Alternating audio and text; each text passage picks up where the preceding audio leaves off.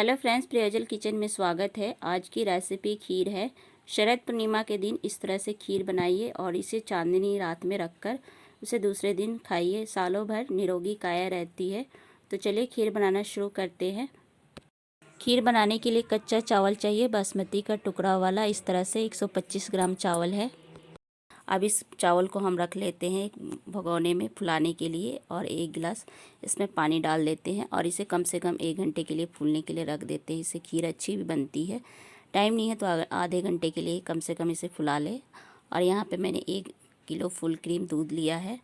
अब इसे हम बर्तन में डाल लेते हैं। चांदनी रात के लिए अगर खीर बना रहे हैं तो हमें इस तरह से बर्तन लेना है, यानी कि पीतल का या चांदी का। तो चांदी का बर्तन हर किसी के घर में नहीं रहता, पीतल वाला बर्तन मिल जाएगा। तो यहाँ मैंने पीतल का बर्तन ले लिया है, उसमें दूध डाल लेते हैं। पीतल का भी नहीं है तो आप मिट्टी के बर्तन में बना सकते हैं खीर को। तो अब इस दूध को हम उबाल लेते हैं गैस पे रख के, और इसको हम उबालेंगे चलाते हुए। मलाई को नहीं जमने देना है ऊपर की साइड, और तब तक इसे चलाते हुए उबाल लेते हैं दूध को। दूध में उबाल आने लगा है। अब इस दूध को कम से कम हमें 10% के लिए उबाल लेना है। तो चलिए उबाल लेते हैं पहले दूध को 10% के लिए। अगर नहीं पता चले कि दूध कितना उबालना है तो इसे हल्का हल्का गाढ़ा होने तक उबाल लेना है दूध को। चावल को भिगोए हुए 1 घंटा हो चुका है। समय नहीं है तो आधे घंटे पहले भी इसे भिगो सकते हैं। और चावल अच्छे से फूल गया है। अब इसे साफ़ पानी से 1-2 पानी धो लेते हैं। तो यहाँ पे मैंने चावल को अच्छे से धो लिया है। अब इसे हम चावल को साइड में रख लेते हैं और यहाँ दूध को चेक कर लेते हैं। तो यहाँ दूध जो हमारा 10% उबल चुका है। अब इस दूध में से हम आधा गिलास दूध पहले एक दूसरे बर्तन में निकाल लेते हैं। तो दूध को निकाल लेते हैं पहले। अब यहाँ मैंने दूध निकाल लिया है और जो हमने चावल धोए हैं वो इसमें डाल लेते हैं। चावल डालने के बाद अब इस चावल को हमें दूध के साथ हाई फ्लेम पे पहले पकाना है उबाल आने तक। तो चलिए उबाल आने तक चावल को पका लेते हैं चलाते हुए।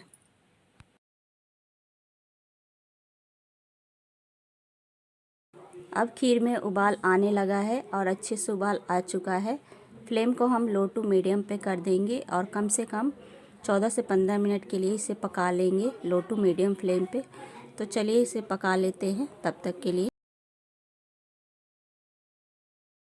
खीर को चलाते हुए पकाना है और किनारी में इस तरह से मलाई नहीं जमने देना है, इस तरह से हटा लेना है मलाई को।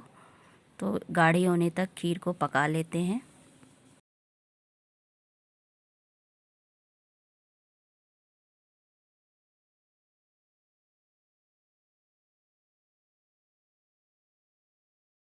खीर में अच्छी खासी थिकनेस आने लगी है और थिकनेस आने तक खीर को पका लेते हैं चलाते हुए अच्छे से। और इसी बीच हम कुछ ड्राई फ्रूट डाल देंगे। तो सबसे पहले मैं इसमें इलायची डालूँगी। यहाँ पे मैंने साबुत इलायची लिया है और इसे मैंने इस तरह से तोड़ लिया है, अच्छा फ्लेवर आएगा। या तो इलायची पाउडर भी डाल सकते हैं। और यहाँ पे मैंने काजू लिया है बारीक कटा हुआ, वो भी डाल देती हूँ। आप और भी ड्राई फ्रूट खाना पसंद करते हैं खीर में तो डाल के उसे बना सकते हैं। तो 1 से 2 मिनट के लिए चलाते हुए पका लेते हैं।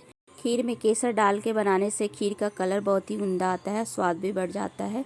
अब यहाँ खीर के चावल को चेक कर लेते हैं। तो यहाँ पे चावल भी अच्छे से पक चुका है खीर का। खीर में चीनी पहले नहीं डालना चाहिए, नहीं तो चावल अच्छे से पक नहीं पाएगा। खीर पकने के बाद ही उसमें चीनी डालना है। तो मैंने 125 ग्राम चीनी लिया है, जिस कप से 1 कप चावल लिया था उसी कप से, और डाल के अच्छे से मिला लेते हैं। मीठा कम ज़्यादा कर सकते हैं अपने स्वाद के अनुसार। चीनी डालने के बाद 1 मिनट के लिए खीर को पका लेते हैं चीनी के साथ।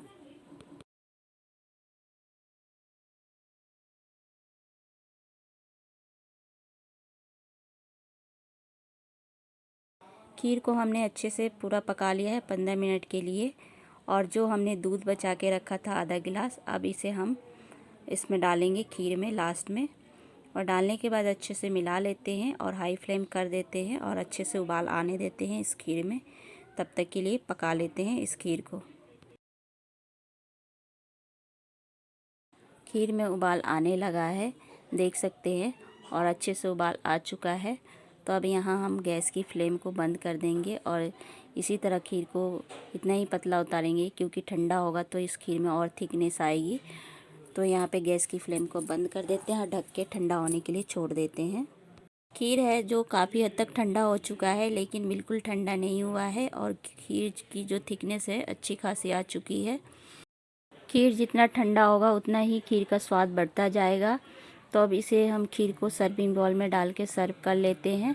और इसे चांदनी रात में रखने के लिए इसको ऊपर कोई जालीदार इस तरह से छन्नी रख दे या कपड़ा रख दे या चुन्नी, और इसे बालकनी, गैलरी या खिड़की के सामने रख दे पूरी रात, और दूसरे दिन इस खीर को प्रसाद के रूप में खाए। सालों भर निरोगी काया रहती है। तो इसे मैं अब सर्व कर रही हूँ सर्विंग बाउल में डाल के। खीर की जो थिकनेस है बहुत अच्छे से आ चुकी है, यहाँ पे देख सकते हैं आप।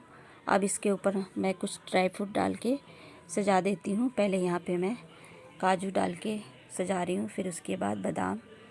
तो इस तरह से मैंने इसको डेकोरेट कर दिया है। आप अपना मनचाहा ड्राई फ्रूट डाल के इसे डेकोरेट कर सकते हैं। तो वीडियो अच्छी लगी तो चैनल को लाइक और सब्सक्राइब कर दीजिएगा दोस्तों।